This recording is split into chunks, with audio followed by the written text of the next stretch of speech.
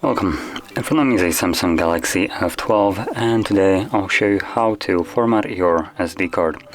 And to get started, you'll want to open up Settings from here, navigate down to Battery and Device Care, then select your storage.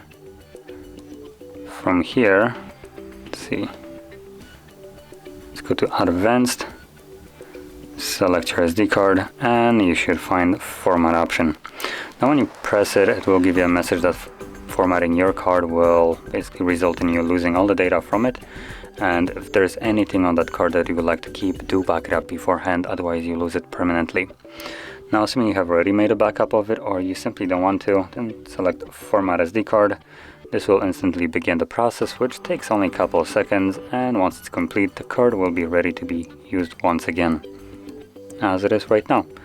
So click on done and you're completely finished. So if you found this very helpful, don't forget to hit like, subscribe, and thanks for watching.